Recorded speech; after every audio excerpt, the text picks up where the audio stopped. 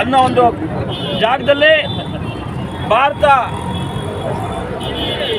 ಒಂದು ಶಾಂತಿಯುತವಾಗಿ ನೆಲೆಸಿರುವಂಥ ಕಾಶ್ಮೀರದಲ್ಲಿ 27 ಜನಗಳ ಏನು ಈ ಪ್ರಪಂಚದಲ್ಲೇ ಯಾರು ಇವತ್ತವರೆಗೂ ಅಂಥ ಕೃತ್ಯ ಮಾಡಿಲ್ಲ. ಹೆಂಡತಿ ಮಕ್ಕಳ ಮುಂದೆನೇ ಗಂಡಂದಿರನ್ನ ಧರ್ಮ ಕೇಳಿ ನೀವು ಹಿಂದೂನ ಅಂತ ಘೋರವಾದಂಥ ಹತ್ಯೆ ಮಾಡಿರೋದನ್ನು ಖಂಡಿಸಿ ಇಡೀ KGF ಸಿಟಿ ಇವತ್ತು ಎಲ್ಲ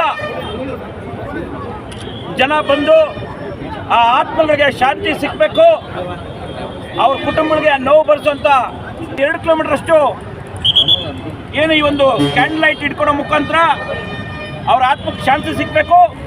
ಅಷ್ಟೇ ತ್ವರಿತವಾಗಿ ಏನು ಪಾಕಿಸ್ತಾನದ ಈ ಜಿಯಾದಿ ಹೌದು ಮುಸ್ಲಿಮರಿಗೆ ಇಲ್ಲೆಲ್ಲ ಸ್ವಲ್ಪ ತೊಂದರೆ ಆಗಿದೆ, ಅದಕ್ಕೆ ಈ ಕೃತ್ಯ ಮಾಡಿದ್ರಿಂದ ಫಸ್ಟ್ ಭಾರತದಲ್ಲಿರುವಂಥ ಪಾಕಿಸ್ತಾನದ ಭಯೋತ್ಪಾದಕರಿಗೆ ಬೆಂಬಲ ಕೊಡುವಂಥವ್ರನ್ನ ನಾಯಿಗಳನ್ನ ಫಸ್ಟ್ ದೇಶದಿಂದ ಹೊರ ಹಾಕಬೇಕು.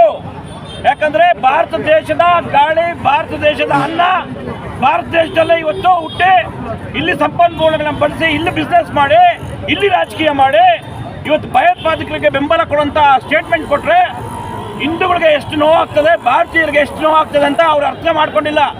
ಇವತ್ತು ಇಡೀ ದೇಶ ಇವತ್ತು 27 ಜನ, ಕರ್ನಾಟಕದ 3 ಜನ ಇವತ್ತು ಈ ಕೃತ್ಯಕ್ಕೆ ಬಲಿಯಾಗಿದ್ದಾರೆ. ಇಡೀ ಪ್ರಪಂಚ ಇವತ್ತು ತಲೆ ತಗ್ಗಿಸ್ತಾ ಇದೆ. ಪಾಕಿಸ್ತಾನದ ಭಯೋತ್ಪಾದಕರಿಗೆ ಬುದ್ಧಿ ಕಲಿಸ್ಬೇಕಂತ ಕೇವಲ ಭಾರತ ದೇಶ ಅಲ್ಲ, ಪ್ರಪಂಚ, ಅಮೇರಿಕಾಯಿಂದ ಚೈನಾವರೆಗೂ ಎಂಟೈರ್ ಪ್ರಪಂಚ ಇವತ್ತು ಇವರ ವಿರುದ್ಧ, ಟೆರರಿಸ್ಟ್ ವಿರುದ್ಧ ನಿಂತಿದ್ದಾರೆ. ಈ ಕಾರಣಕ್ಕೆ ನಮ್ಗೆಲ್ಲರಿಗೂ ಮನಸ್ಸು ಸಂತೋಷ ಆಗ್ಬೇಕಂದ್ರೆ, ಆತ್ಮಕ್ಕೆ ಶಾಂತಿ ಸಿಗ್ಬೇಕಂದ್ರೆ ಈ ಕೃತ್ಯ ಮಾಡ್ತಾ ಇರುವಂಥ ಪಾಕಿಸ್ತಾನವನ್ನ ಇಡೀ ಭೂಪಟದಲ್ಲಿ ಇಲ್ದಂಗೆ ಮಾಡಬೇಕು. ಮತ್ತೆ ಪಾಕಿಸ್ತಾನಕ್ಕೆ ಬೆಂಬಲವಾಗಿ ನಿಂತಿರುವಂಥ ಭಾರತ ದೇಶದ ನಂತರ ಜಿಯಾದಿ ಬೆಂಬಲಿತರನ್ನ ಭಾರತ ದೇಶದಿಂದ ಹೊರ ಹಾಕ್ಬೇಕು ಅಂದ್ಬಿಟ್ಟು, ಯಾಕಂದ್ರೆ ಇವತ್ತು ಎಲ್ಲರೂ ಹೇಳ್ತಿದ್ದಾರೆ ಏನೋ ಭಯೋತ್ಪಾದಕರ ಜಾತಿ ಇಲ್ಲ ಅಂತೆ, ಆದರೆ ಎಲ್ಲ ಭಯೋತ್ಪಾದಕರು ಇಸ್ಲಾಮಿಕ್ ಗುಂಡಾಗಳಾಗಿದ್ದಾರೆ, ಇಸ್ಲಾಮಿಕ್ ಭಯೋತ್ಪಾದಕರಾಗಿದ್ದಾರೆ. ಆ ಕಾರಣಕ್ಕೆ ಇವತ್ತು ಏನು KGF ಸಿಟಿ ಸ್ತಬ್ಧ ಆಗಿ ನೋವುಗಳನ್ನ ವ್ಯಕ್ತಪಡಿಸ್ತಾ ಇದೆ. ಆತ್ಮಗಳಿಗೆ ಕ್ಯಾಂಡಲ್ ಲೈಟ್ ಹಚ್ಚೋ ಮುಖಾಂತರ ಇವತ್ತು ಶ್ರದ್ಧಾಂಜಲಿ ಅರ್ಪಿಸ್ತಾ ಇದ್ರಿ. ಅವ್ರ ಆತ್ಮಗಳಿಗೆ ಶಾಂತಿ ಸಿಗ್ಬೇಕಂದ್ಬಿಟ್ಟು ನನ್ನ ಮಾತಿಗೆ ವಿರಾಮ ಹೇಳ್ತಾ ಇದ್ರಿ. ಧನ್ಯವಾದ. ನಿಮಗೆಲ್ಲ ಗೊತ್ತು, ಕೆಲವು ದಿವಸಗಳ ಹಿಂದೆ ಪಹಲ್ಗಾಮ್ ಅನ್ನೋ ಜಮ್ಮು ಕಾಶ್ಮೀರ ಅಲ್ಲಿ ಏನು ನಡೀತು ಅಂತ ಗೊತ್ತಾಗಿದೆ. ಈ ದೇವರ ಸೃಷ್ಟಿಯಲ್ಲಿ ಈ ಪ್ರಪಂಚದಲ್ಲಿ ಯಾರನ್ನು ಸಾಯಿಸೋಕ್ಕೆ ಹಕ್ಕಿಲ್ಲ.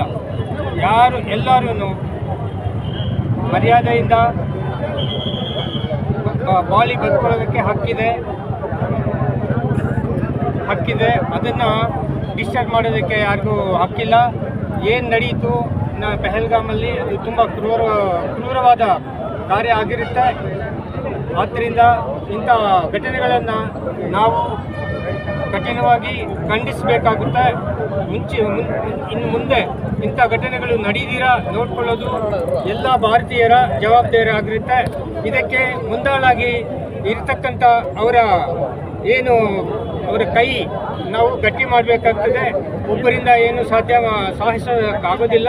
ಇದರ ಎಲ್ಲ 150 ಕೋಟಿ ಭಾರತೀಯರ ಒಬ್ಬೊಬ್ಬರದ್ದು ಜವಾಬ್ದಾರಿ ಇರುತ್ತೆ. ಇದರಲ್ಲಿ ಎಲ್ಲರೂ ಸೇರಿ ನಾವು ನಮ್ಮ ಮುಂದಿರ್ತಕ್ಕಂಥ ನಮ್ಮ ರಾಜ್ಯ ಆಳ್ತಕ್ಕಂಥ ಅವರಿಗೆ ನಾವು ಹಿಂದಿನಿಂದ ಸಪೋರ್ಟ್ ಮಾಡಿ ಅವರು ಕೈ ಗಟ್ಟಿ ಮಾಡಿ ಇಂಥ ಘಟನೆಗಳು ನಡೀದಿರ ನೋಡ್ಕೋಬೇಕು ಅಂತ ಹೇಳ್ತಾ, ಮತ್ತು ಈ ಘಟನೆಯಲ್ಲಿ ಅತಿ ಕ್ರೂರವಾಗಿ ಸತ್ತ ನಮ್ಮ ಯೋಧರಿಗೆ, ಯುವಕರಿಗೆ ಅವರ ಆತ್ಮಶಾಂತಿ ಸಿಗಲಿ ಅಂತ, ಈ ಲಾಸ್ ಏನಿದೆ ಅವ್ರ ಫ್ಯಾಮಿಲಿನಲ್ಲಿ ಅವರಿಗೆ ದೇವರು ಧೈರ್ಯ ಕೊಟ್ಟು ಅದನ್ನು ಸಹಿಸ್ಕೊಳ್ಳೋಂಥ ಶಕ್ತಿ ಕೊಡಲಿ ಅಂತ ಬೇಡ್ಕೊಳ್ತೀವಿ.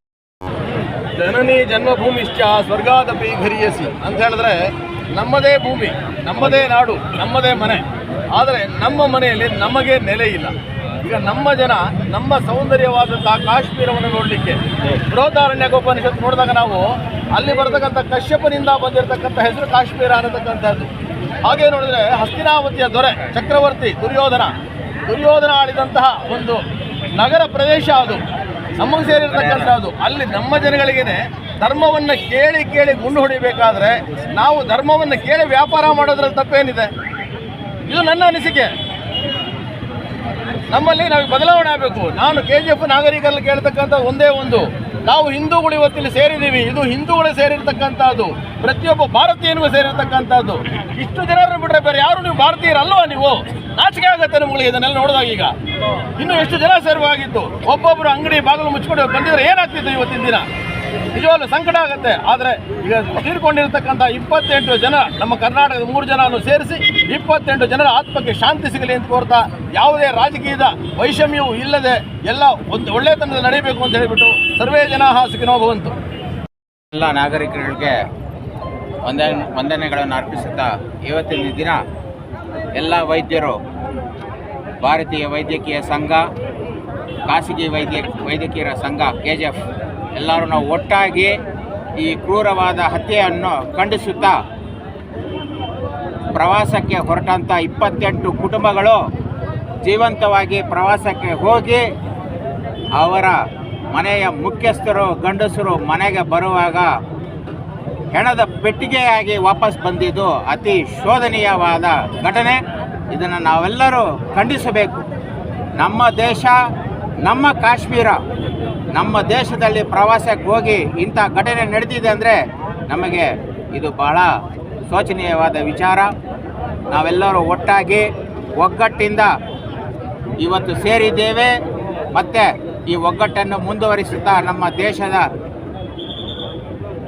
ಮುಂದೆ ನಾವೆಲ್ಲರೂ ಒಗ್ಗಟ್ಟಾಗಿ ಇದ್ದು ನಮ್ಮ ಭಾರತ ಸರ್ಕಾರ ಮತ್ತು ಪ್ರಧಾನಿಗೆ ಅವರು ಈ ದೇಶವನ್ನು ಹೆಂಗೆ ಕಾಪಾಡಬೇಕು ಮತ್ತು ಸುಖ ಶಾಂತಿಯನ್ನು ಹೆಂಗೆ ತರಬೇಕಂತ ಸೂಚಿಸ್ತಾರೋ ಅದಕ್ಕೆ ಬದ್ಧವಾಗಿ ಇರಬೇಕಂತ ನಾನು ನಿಮ್ಮೆಲ್ಲರ ಹತ್ರನೂ ಕಳಕಳಿಯಿಂದ ಕೇಳಿಕೊಳ್ತೀನಿ. ಜೈ ಹಿಂದ್, ಜೈ கர்நாடக. உணர்வுபூர்வமாக இந்த கோலார் தங்கவயலில் உணர்வுபூர்வமாக நாட்டு பற்றுமிக்க எல்லா ஜனமும் இன்றைக்கி வந்து காஷ்மீரில் அந்த முந்தா நேரத்தில் நடந்த அந்த இன்சிடென்ட்டுக்கு அந்த உணர்வு வந்து காட்டுறதுக்கு நான் எல்லா தங்கவயல் மக்களுக்கு வந்து நன்றி சொல்கிறேன். இது என்னன்னு எனக்கும் ஒன்றும் புரியல. இது ஆஃப்டர் ஆல் ஒரு சின்ன நாடு பாகிஸ்தான், 24 மணி நேரத்தில் காணாது போயிடும். அங்கேருந்து வந்து இங்கே தீவிரவாதம் பண்ணுறான். இது எப்படின்னு ஒன்றுமே புரியல. சாதாரண மக்கள் பப்ளிக் அவங்க என்ன பண்ணாங்க? அவங்ககிட்ட சண்டைக்கு வந்தாங்களா, இல்லை உங்ககிட்ட ஏதாவது முன்னுரை எதனா இருக்குதா? சாதாரண சேலத்தை ஈவு இயற்கை இல்லாத வந்து நீங்கள் வந்து சொல்கிறீங்களே, இது எந்த விதத்தில் நியாயம் சொல்லிட்டு எனக்கு ஒன்றும் புரியல. இன்றைக்கி நம்ம நாட்டில் ஒட்டு மொத்தமாக எல்லாருமே வந்து கண்ணீர் சிந்தக்கூடிய அளவில் விட்டு இன்றைக்கி 26 பேர் வந்து இன்றைக்கி வந்து கொலை பண்ணிக்கிறீங்க, சாவடிச்சிக்கிறீங்க. அந்த குடும்பம் வந்து இன்றைக்கி என்ன நம்மளுக்கு இதுதான் வந்து இன்றைக்கி வந்து கும்புற தெய்வம் வந்து கற்றுச்சா? இது ஒன்றுமே புரியல. ஏன்னா இன்றைக்கி வந்து நம்ம இந்தியாவில் வந்து எவ்வளோ முஸ்லீம் சகோதரர் இருக்கிறாங்க, இந்த கோலாரத்தில் வந்து எவ்வளோ முஸ்லீம் சகோதரர் இருக்கிறாங்க. யாரோ பண்ணுற தவறுக்கு வந்து உங்களுக்கெல்லாம் தலைகுடி. ஏன்னா நீங்களாம் கூட வந்து நம்ம நாட்டு பட்டிருக்குது.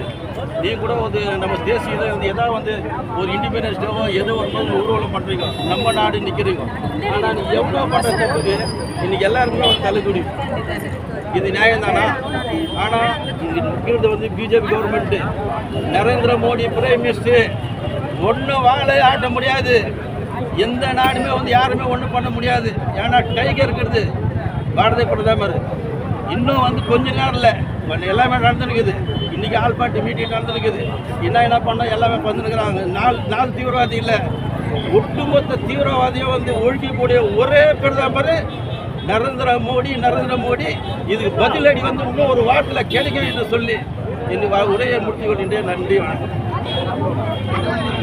ಮಕ್ಕಳ ಎದುರುಗಡೆನೆ, ಅವರ ಗಂಡಂದಿರನ್ನ ಮಕ್ಕಳ ಎದುರುಗಡೆ ಮಾಡಿರೋ ಕೃತ್ಯನ ಯಾರೂ ಸಹಿಸಲ್ಲ. ಇಡೀ ಭಾರತ ಒಂದಾಗಿ ಹೋರಾಡಿದರೆ ಅವ್ರಿಗೆ ಯಾವ ಲೆಕ್ಕ ಒಬ್ಬೊಬ್ರಿಗೂ ನಾವಿರೋದು 144 ಕೋಟಿ ಜನ, ಅವರಿರೋದು ಬರೀ 4-6 ಕೋಟಿನೋ 7 ಕೋಟಿ ಜನ. ಅಂತ ಇದರಲ್ಲಿ ಇವತ್ತು ನಮ್ಮನ್ನವರು ಪದೇ ಕೆದಕ್ಕೊಂಡು ಬರ್ತಾ ಇದ್ದಾರೆ. ಅವರು ಕೈ ಜೋಡಿಸುವಂತ ಇವತ್ತು ಏನು ನಮಗೆ ಅವಕಾಶ ಕೊಟ್ಟಿದ್ದಕ್ಕೆ ತಮ್ಮೆಲ್ಲರಿಗೂ ವಂದಿಸಿ ನಾನು 4 ಮಾತು ಮುಗಿಸ್ತಾ ಇದ್ದೀನಿ. ಜೈ ಹಿಂದ್, ಜೈ ಕರ್ನಾಟಕ ಮಾತೆ, ಜೈ.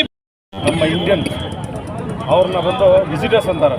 ಅದು ನಮ್ಮ ದೇಶ, ಅವ್ರು ವಿಸಿಟರ್ಸ್ ಅಲ್ಲ. ನಮ್ಮ ದೇಶ, ನಮ್ಮ ನಾಗರಿಕರು ಪಾಕಿಸ್ತಾನಲ್ಲಿ ಟೂರಿಸ್ಟ್ ಹೋದಾಗ ಅಲ್ಲಿ ಹೆಂಗೆ ಜಾತಿ ಆಧಾರದ ಮೇಲೆ ಕೊಲೆ ಮಾಡಿದ್ದಾರೆ ಅನ್ನೋದು ನಮಗೆಲ್ಲ ಗೊತ್ತಿದೆ. ನಾವು ಇವಾಗ ಇದು ಒಂದು ಪೀಸ್ಫುಲ್ ಕ್ಯಾಂಡಲ್ ಮಾರ್ಚ್ ಮಾಡಿದ್ದೀವಿ. ಇದು ಜಾಸ್ತಿ ಮಾತಾಡೋಣ, ಎಲ್ಲ ಇದು ಮಾತಾಡಿದ್ದಾರೆ. ನಾನು ಯಾವಾಗ ಮಾತಾಡ್ತೀನಿ ಅಂದರೆ ಇದು ಪೀಸ್ಫುಲ್ ಮಾರ್ಚು 3 ದಿವಸನೋ 4 ದಿವಸನೋ ಇಲ್ಲ ಒಂದು ವಾರದ ಒಳಗಡೆ ಸೆಲೆಬ್ರೇಷನ್ ರ್ಯಾಲಿ ಒಂದು ಮಾಡ್ತೀವಿ. ಯಾಕಂದರೆ ನಮಗೆ ತುಂಬ ನಂಬಿಕೆ ಇದೆ, ನಮ್ಮ ಮೆಚ್ಚಿನ ಪ್ರಧಾನಿ ಮಂತ್ರಿಗಳು ಆ್ಯಕ್ಷನ್ ತೊಗೊಳ್ತಾರೆ. ಈ ರೀತಿ ಅವ್ರು ತೊಗೊಳ್ಳೋ ಆ್ಯಕ್ಷನ್ ಹೆಂಗಿರುತ್ತಂತೆ, ಇನ್ನೂ ಬರೀ ಪಾಕಿಸ್ತಾನ ಅಲ್ಲ, ಪ್ರಪಂಚದಲ್ಲಿ ಯಾರು ಟೆರರಿಸ್ಟ್ ಉಗ್ರರಿಗೂ ಇನ್ನೊಬ್ಬರನ್ನು ಕೊಲ್ಲಬೇಕು, ಇನ್ನೊಬ್ಬರ ಮೇಲೆ ಜಿಹಾದ್ ಮಾಡಬೇಕು ಅನ್ನೋದು ಮನಸ್ಸಲ್ಲಿ ಬರಲ್ಲ. ಆ ಥರ ಒಂದು ನಡವಳಿಕೆ ತೆಗಿತಾರೆ ಅಂತ ನಂಬಿಕೆ ಇದೆ. ಶೀಘ್ರದಲ್ಲೇ ನಾವು KGF ಎಲ್ಲ ಇದಕ್ಕಿಂತ ಆದುರವಾಗಿ ಎಲ್ಲ KGF ಜನರು ಸೇರಿ ಸೆಲೆಬ್ರೇಷನ್ ರ್ಯಾಲಿ ಒಂದು ಮಾಡ್ತೀವಿ. ಅದಕ್ಕೆ